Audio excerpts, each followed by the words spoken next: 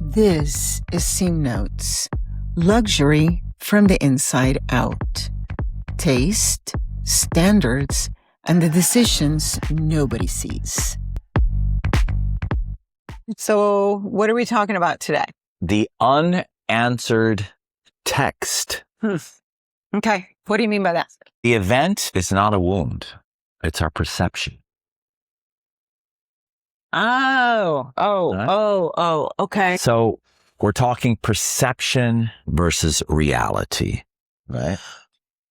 How you perceived whatever the action of the other as intention, the intention of somebody else's, or whether there was an intention or wasn't. Absolutely. This is the biggest question. Mm-hmm. And I think mind-blowing, and I don't say this lightly, to really change our lives. Yeah. Really. Yeah, absolutely. Right?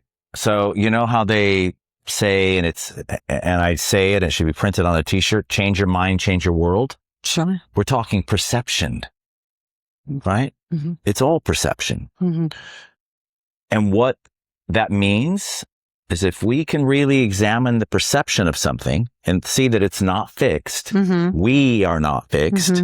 We are not stuck in suffering. Like I cannot shout this or get more excited about it or want to talk about it more than this subject, right? So let's dive in, right? Perception versus reality. So someone texts you. This is a very light one, right? We're going to start light and not get too deep, but we're going to get deep. Someone texts you. We all get a phone. We get a text. Right. And we think that they left us on red, or they never responded, or they did capitals. Like I had someone call me out today because I was in caps. I didn't realize I was going so fast. I didn't realize I was in caps. And what did they say? Don't yell at me? Somebody said, why are you so upset? And I'm like, well, what are you talking about? And I looked down at my phone and saw it. Yeah. So it's yelling. In that moment, the mind perceived abandonment, rejection, all what it perceives, right? But none of it was reality because the person let me know that I sent everything in caps. And they thought I was yelling at them, and I had no clue. So it was not reality. I was not yelling at them at all. Right? Yeah, but the person let you know that they felt that you were yelling. Correct. Right? Correct. What if they had not responded and they had kept the perception that you were yelling? Totally. Because they verified the text, right? Right. What we tend to do is we tend to read into what people say without even asking the question. 1,000%. Right? We interpret and feel anything based on what our experiences are, not necessarily the truth of that moment. Right. Correct. Exactly. So, and it's so simple and so profound. Yeah. If we can examine our perception of things, we've all had this experience where something happened and then we realized it wasn't that at all. But we went through the emotional trauma. Yeah. My boss said, the email came through. It didn't come through. And I'm going to lose my job. My partner doesn't love me anymore because they didn't respond or they're acting this way. And already the mind said, okay, this, and this is happening. And it's a fire alarm went off, right? Right. In our perception. But in reality, none of those things are true. So the beauty part of this, and this is major news, headlines, people. Headlines. Okay. It's not fixed. So in that freedom comes. Right. So why don't you expand a little bit on it's not fixed, right? Because what you're talking about here is impermanence, right? Or something that's ever changing or that mutates or that can adapt to a thing.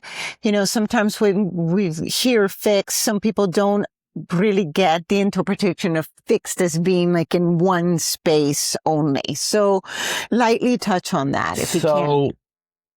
A good example, I think, is self, right? And this all starts with self, not other, self. We're doing this podcast right now, and you have a perception of James. You're perceiving James in a certain way. James is X to you. So you have your version of James. And our viewers and listeners have their views of James. Right. Which kind of scares me, but we'll go with it. And which is going to be different than what mine is, of course. 1,000%. And then I have my version of James inside. Right. And I guarantee you, they're all different. Of course they are. But, all of this. But we are deviating from the subject here.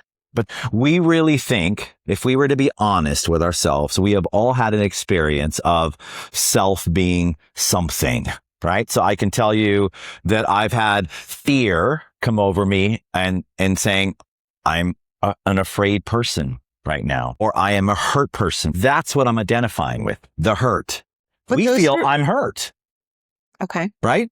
And we can get stuck there and think this is permanently who I am. How many times do we say, oh, I'm angry, I'm hurt?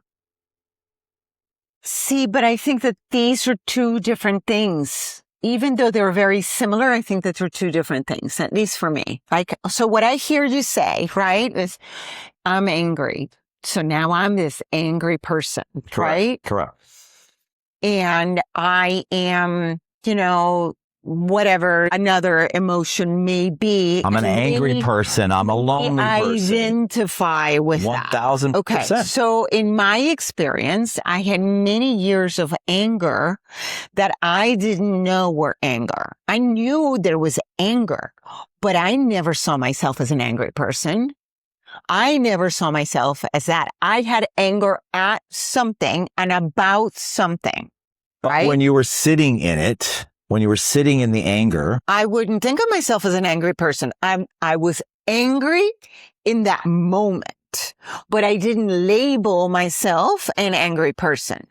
So that's where I see it as different, right? But how many people don't do that? Right. But what I'm saying is that they're almost like halves of the same fruit here, or, globe or box or whatever, right? Because I heard you say that when we have an emotion, we attach to it, we internalize it, and we label ourselves as such.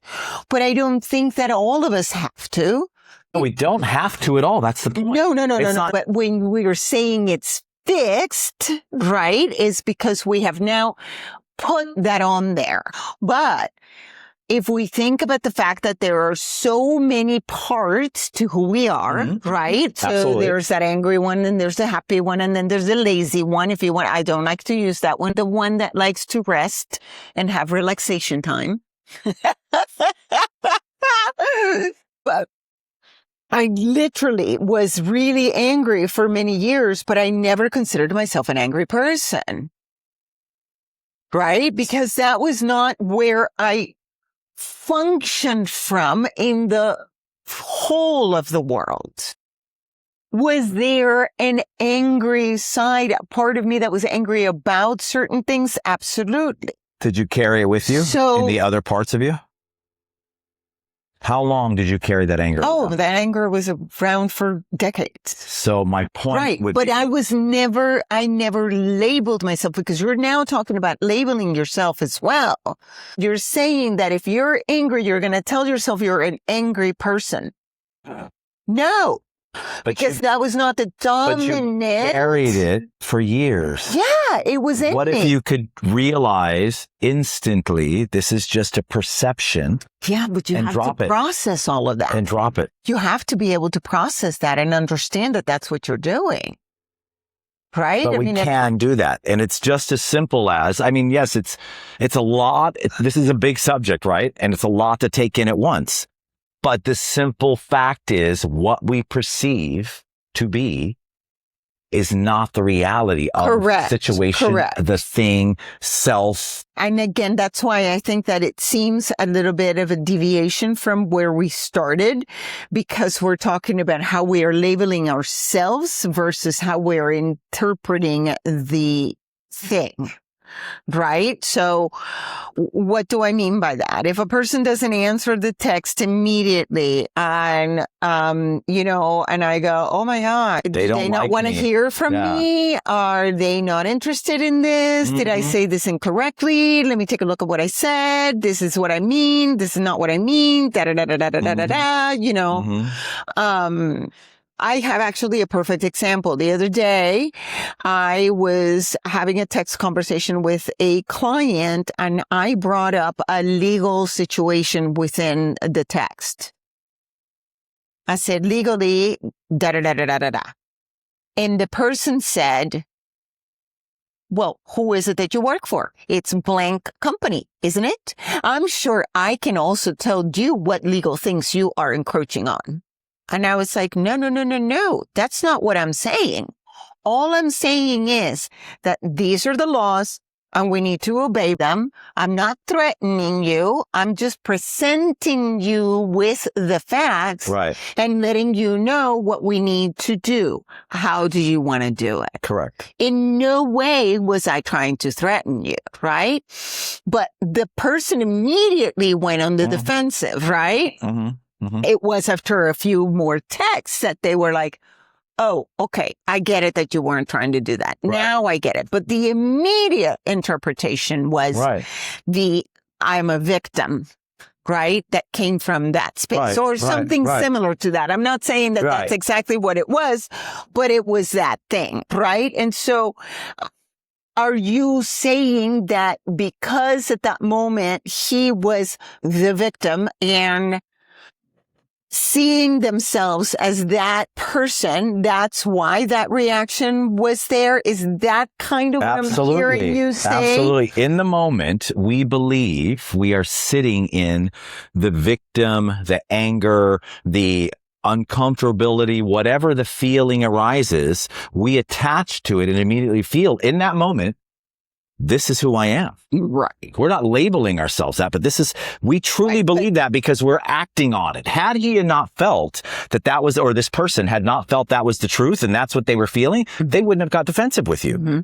Right. And had we known, okay, my perceiving what she's saying is not this, they wouldn't have went there. Right. And the only reason we act on it is because we believe. I mean, like, when you see the little 3 dots coming up and then and it goes away and you're like, wait a minute, are they not responding to my thing? Am I not? Wait a minute. I thought we were in a conversation. And so the feeling that comes up, whatever it is. And then you realize, oh shit, they're probably talking to somebody else and they haven't even seen my message. So if we could take a breath every time we have a perception of anything and just sit with the mind and say, wow, maybe it's not like that. Right? Right. Then you let those things go and the world becomes so much better. Right? Like, we talked about New York City. We're in New York City. Love this. I love this. And it's a massive town, right? Big town. And there's how many millions? Actually really small, but it's how many million? I think we're 9 million. Okay. People on this island. Right? And all of them have a different version of New York City. All of them have a different perception. Your New York City's different than mine. Mine is lovely, opportunity, beautiful, enchanting. Yeah, mine's kind safe, of, I love the energy. I get off on it, right? But I've had people that come into this town. I have an assistant right now that, he's not in love with New York. Oh, really? He doesn't see New York as that, which kind of, I go, wow, really? That's really interesting that he does. So does that mean that New York is any of those things? Is New York beautiful and lovely for you, your perception, that's what it is. Absolutely. Right? It is, and it always But that reality shifts for everyone. And if the reality is shifting, this is beautiful because it's not fixed and we could make the reality what we want. Right? So if reality doesn't suit you in New York City, then you can remove yourself from New York City. Okay, but here's the other bit. So if you're saying that, are we also saying that there is a part of this that's denial? How so? Well, how do you remove yourself from that? are you just saying you physically get out of New York City because your interpretation is that, it's a lot deeper than that. We can't change the mind's perception. Mentally, of course we can. We train it to do that. But do we? Are we aware that we can switch the mind, change the mind, change your world? So, right? Yeah, you change one thing and everything changes. Of course. Right? But that's what we're talking about, perception versus reality. So for us in this, it's like, if we think about a very famous book that, it's Thinking Fast and Slow, right? It tells us that we think with that fast brain and we respond like this, right? And then when we do this slow thinking where we are able to take that beat of time to really kind of digest what it is that we've activated, right? Then we're able to give a better response because we're not reacting. It kind of negates a little bit our intuitive actions, meaning the book does, because it says that you don't necessarily, that you need to kind of bring in both sides, where I think that for many things you need to follow the instinct, but it's also the beat after the instinct. So it's not saying don't use your instinct. It's saying take a beat. Yeah. Step back from it for a second. Well, again, that's what we're talking about, perception of reality, because we're perceiving this moment, this thing, this self, and yet we need to take a beat and then see that is really not reality.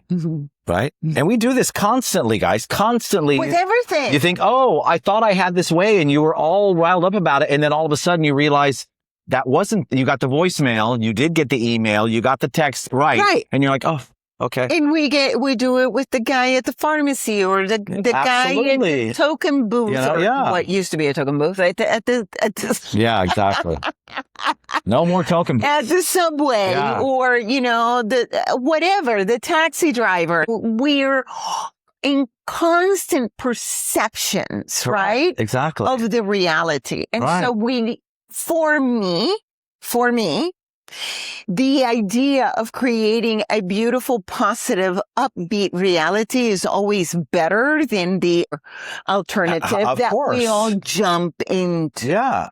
And we're not talking rose-colored glasses here. You're not saying, let's just paint everything rosy even if it's horrible. No. Right? No. At all. But I don't attach what I could feel to the lack of response from a text. If there's a lack of response from a text and I really need an answer, then I'm going to hit them up again and say, hey, maybe you missed this, or, I didn't hear from you, or whatever it may be. But how many people don't do that? But I'm not going to be sitting there thinking that they're doing something to me or doing something because they don't like me or whatever. It could be such a variety of things for which they haven't answered the text. Correct. It's not mine to know. Correct. Unless I take the action step to find out, which is exactly what happened with you this morning with your capital letter text. Yeah, correct. Exactly. And so point being, right, that you are looking at things in a more positive light. Exactly.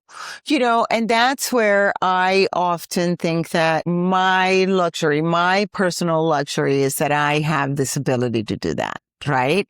And I have mentioned it here before. It has also been denial, right? It has been denial at times of danger. It has been denial at times where I've been in risky situations. Did it serve me well? Yeah. That you thought everything was okay when it wasn't? Is that what you're talking about? That I made light of a situation that was much riskier or that was much more pervasive.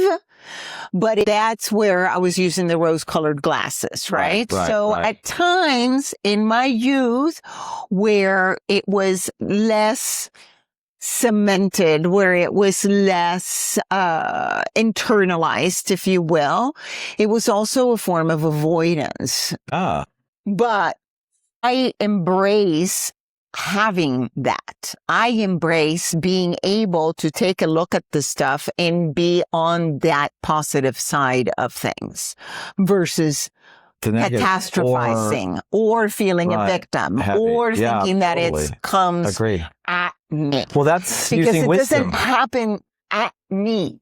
This is life. Life happens. We are traveling in it, and whatever we encounter and we bump into, we have to deal with.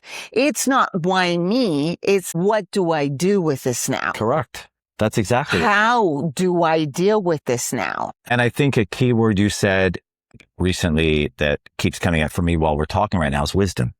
If we have the wisdom mind, meaning some kind of wisdom, the way we're thinking, and wisdom in the sense of some thought process that's guiding us, that is clarifying everything, we're able to navigate this, right? With wisdom. Like in your youth, when you were maybe a little bit rose-colored glasses and you weren't facing as much of what could have been a devastating situation, right? Right.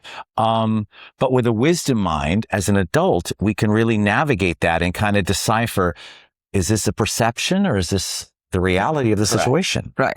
Right. Because sometimes it is the reality of the situation, right? Sometimes someone not answering a text or being curt or et cetera, is the reality of the situation. But the beauty of being able to take the beat and then going back and saying, is this what you're saying? Are you, or retexting or doing whatever, clarifying your perception.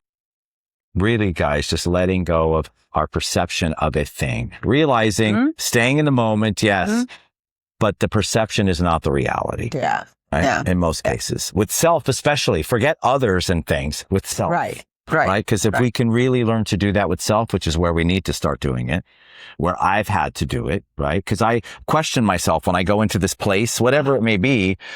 I'm like, why am I here? What's going on? Is this really happening? Or am I just doing it in my mind? I do it with work. And then I check and double check and quadruple check and, check and make sure that all of the checks are rechecked. And I waste 2 hours making sure that that's correct when to begin with it was, and it's a fear of not being correct, guiding my people in the wrong direction. That to me is because when people are buying a home, it's a huge deal. Yeah, one of the biggest so things. I want to make sure that all the numbers are correct, that everything is right, that it's all, that they can really see all the angles of this thing. So the luxury, this is always the same. The bottom line, everything equals internal dialogue equals the luxury. Being in a space of peace within yourself and your surroundings equals the luxury, right? And so I think that when we find ourselves in that situation where we are assuming and we're questioning and we're jumping into conclusions at what's happening around us, the first thing that we need to do is really check, isn't it? Check in with self. Where is this coming from? Right? And then also check with the other person. If you have the opportunity, for sure. Yeah. If you have, why is this feeling coming up in me and where am I going with it? No, that's not what I'm saying. What I'm saying is, if the text remains unanswered or the email remains unanswered or the whatever it is that is the event that you perceived in a way that is not necessarily correct, verify if what you felt, what you perceived was the intention of the person. Absolutely. We're not saying don't have a perception because you're going to have it no matter what. And if there isn't something to verify, right, one must verify with self. Take that beat and really sit with self and say, okay, what's going on? Right. What an interesting subject. So this week, notice a moment between what happened and the story you attached to it. That gap is where everything changes. Thank you for being with us. We'll be back next week. See you then. This was Scene Notes for how you live when nobody's watching. Luxury from the inside out.